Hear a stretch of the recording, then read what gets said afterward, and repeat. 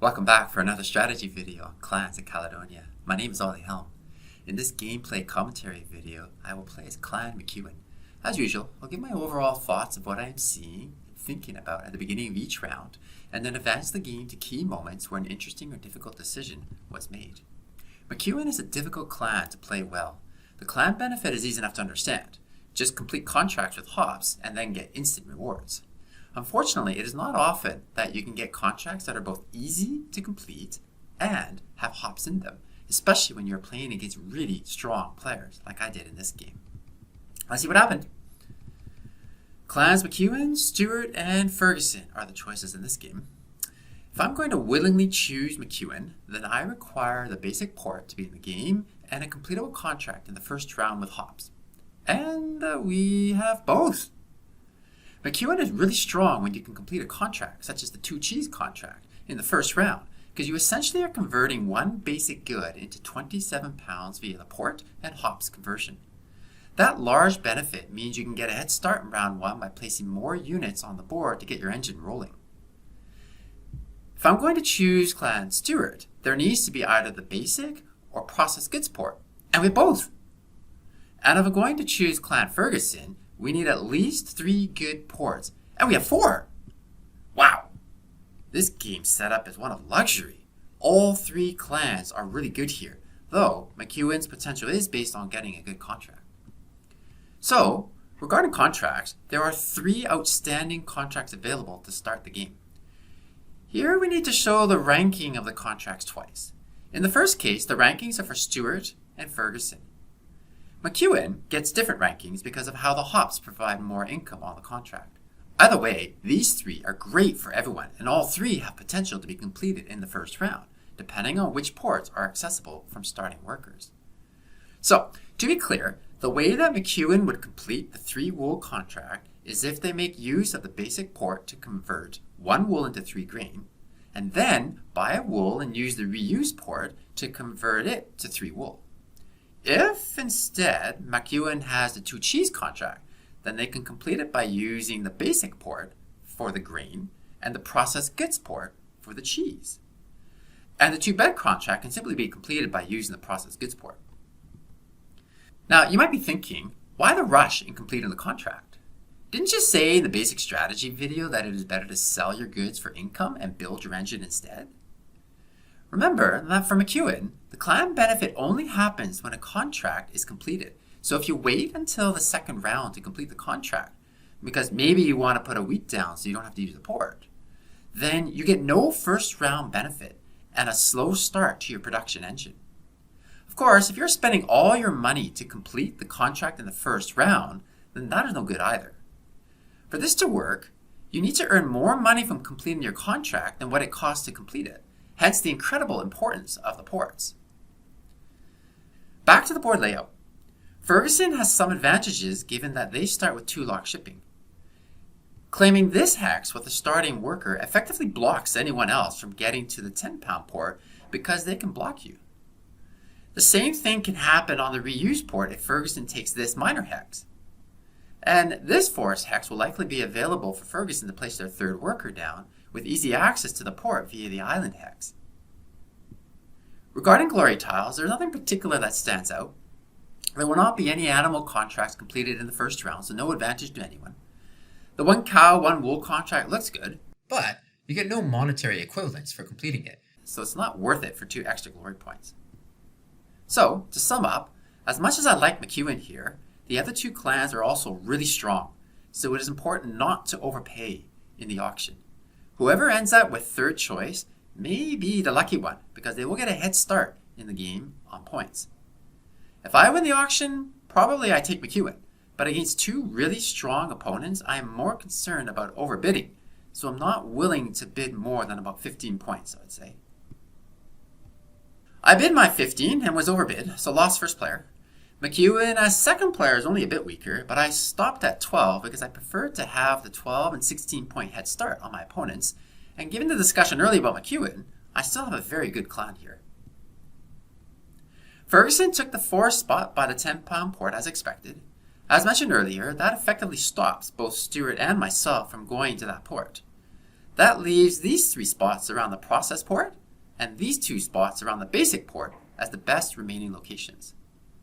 On the process port, the miner is probably the best for Stuart, except that it leaves the door open for Ferguson to take the edge force 1 hex, as it is highly unlikely I will take it, as I won't get the island and will be pinned in.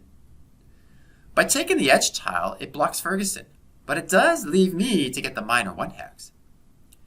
Me taking the miner spot is not a guaranteed option though, because it is likely I will end up with a 3 wool contract after Ferguson takes the 2 bread contract and Stuart takes the 2 cheese contract. If I want to complete my contract in the first round, I need to be next to the basic and reuse ports. Lots of options, but I took the miner 1 hex on the off chance I might be left with a 2 cheese contract, since the 3 wool contract actually is the better contract. Stuart's second worker placement is curious. The placement is done to control the always important central lock, but now either Stuart can take this 1 hex to block me, or take a contract before me, but not both. So I may get the 2 cheese contract after all. Round 1. I can't really say anything until I see what Stuart does, so let's look at that first. Ferguson took the 2 bread contract as expected, and sadly, Stuart took the 2 cheese contract, which I was hoping to get given I put the miner next to the process good port.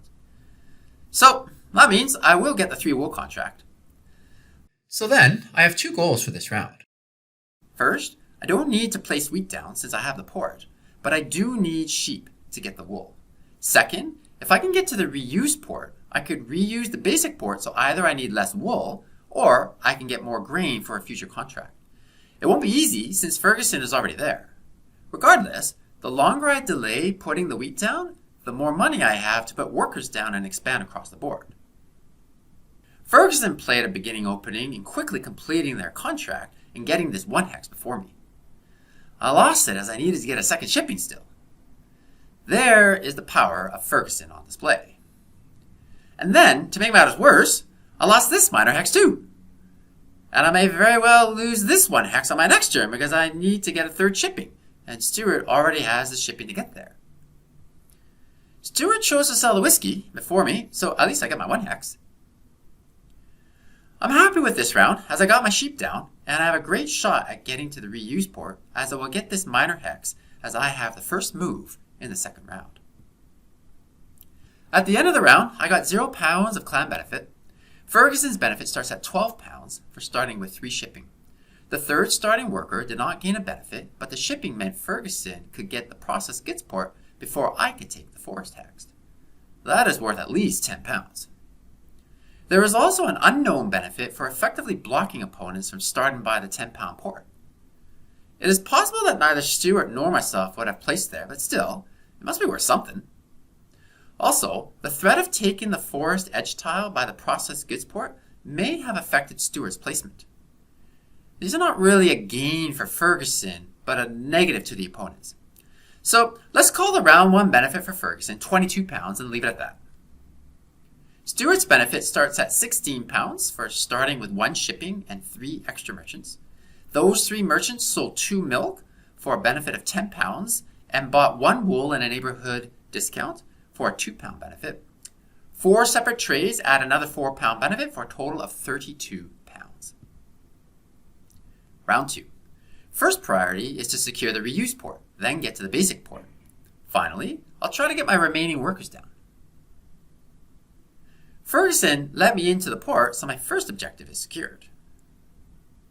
I completed my contract and set up for my next contract by placing 3 cows, but didn't get my remaining foresters down as there are not really any cheap places to place them anymore except maybe this 3 hex. Completing a contract with hops means I have a second round benefit. First, I get a £12 benefit for the 3 merchants that I don't have to use to sell the hops for £9 each. Second, I cannot claim the full £9 per hop as a benefit because there is a cost to the grain.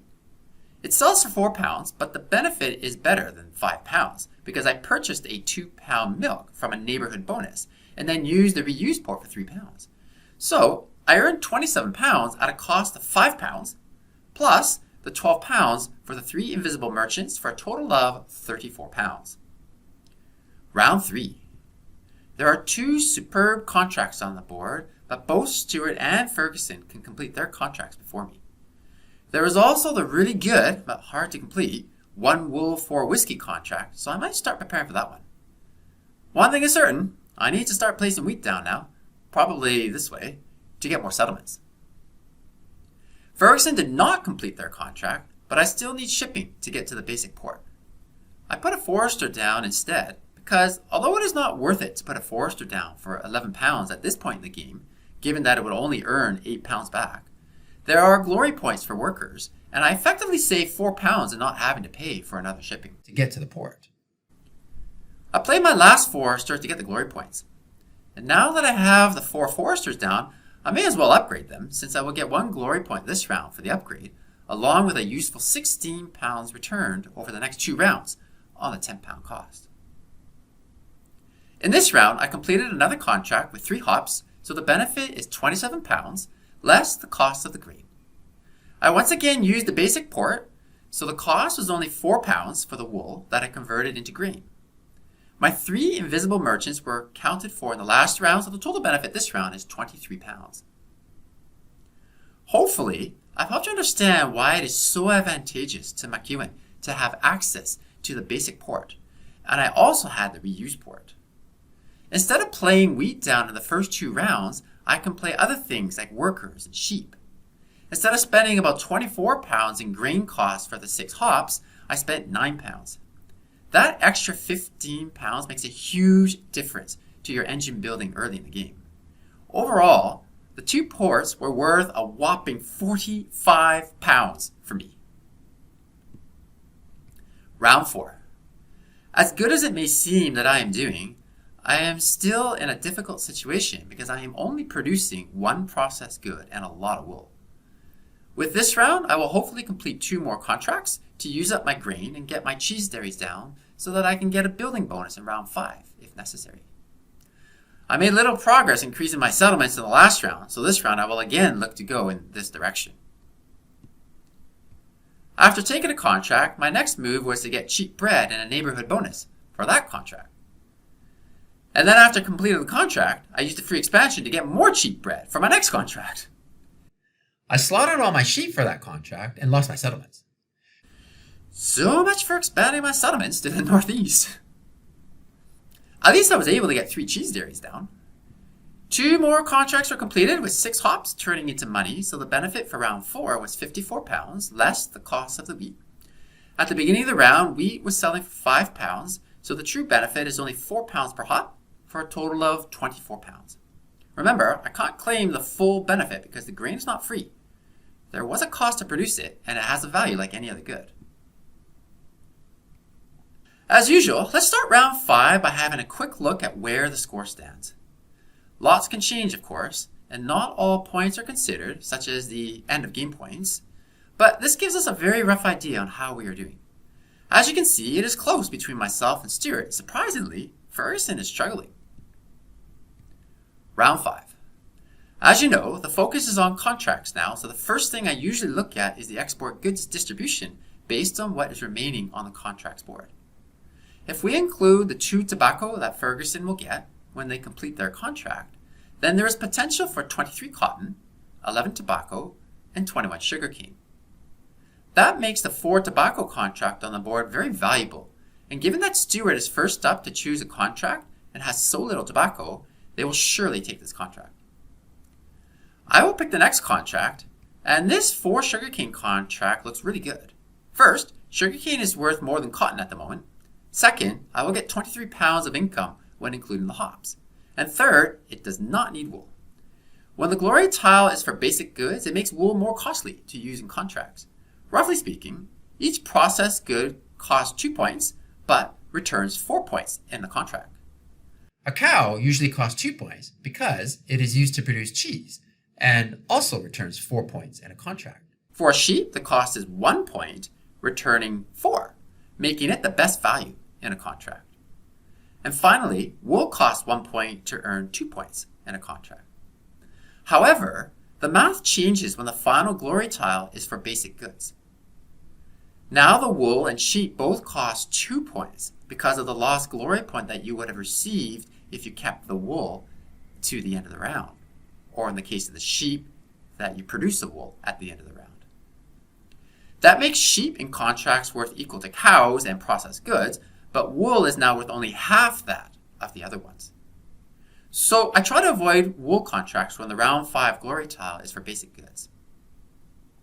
My turn to take a contract, and I took the cotton contract? I think I made a mistake. But at the time, I didn't really think it through as much as I did just now. At least the cotton contract has 3 hops, and I can complete it right away. And there goes my sugarcane contract.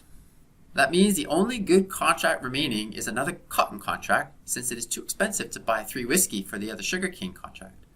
I will likely only get 1 more contract from the building bonus, so I'm in a bit of a bind. I messed up my contract choices, but I do have lots of money and 7 merchants, so I suppose I can just buy all the whiskey necessary for the sugarcane contract if I need to, since no one else has taken that contract. So, cotton it is for now. Placing the sheep gives me cheap grain and a neighborhood bonus. In retrospect, I probably should have placed a bakery down to get me closer to getting a second building bonus. The free expansion from the cotton contract means it's building bonus time. Oh, you've got to be kidding me. All 3 contracts are cotton, which is really bad. I already have too much cotton, so it is really important not to take more of it, as I really need to get tobacco or sugarcane above cotton to make my cotton worth more. For example, because I have 6 cotton more than sugarcane, if sugarcane suddenly had more export goods than cotton, my point total would increase by 6, and Stewart's would decrease by 2 for an 8-point swing. That's a lot in a close game. Even the 4 wool contract, which only has 2 cotton, is a no-go, because even though I have the wool, it means that completing a 4 sugarcane contract will not be enough to surpass cotton. Also, the 4 wool contract costs 8 points to complete, and I would only earn 7 back, so I would actually lose a point. It's hard to do, but I have to decline the bonus. Now I really wish I had put the bakery down instead of the sheep, as I will need to place 2 bakeries to get another building bonus. Okay, here we go for another building bonus. There it is, a 4 sugarcane contract. Expensive to complete, but better than the 4 whiskey contract, as at least I get 10 pounds back and some merchants I probably won't need. The last contract won the game for me. My initial contract choice at the beginning of round 5 nearly cost me the game, but it worked out in the end. Clan benefit was 28 pounds, as my 4 grain at the beginning of the round converted to hops with the price of grain at 5 pounds. And then I also converted 2 more grain to hops that were bought for 3 pounds each. The overall benefit was 109 pounds. That benefit may seem outrageously high compared to other clans, but remember, it was only possible because of the basic and reuse ports. The basic port, along with a good contract, is a must to do really well with this clan. For context, my top 11 scores playing MacEwen all had the basic port in the game. That's it. I hope you found my commentary helpful. Feel free to leave comments below, and happy playing!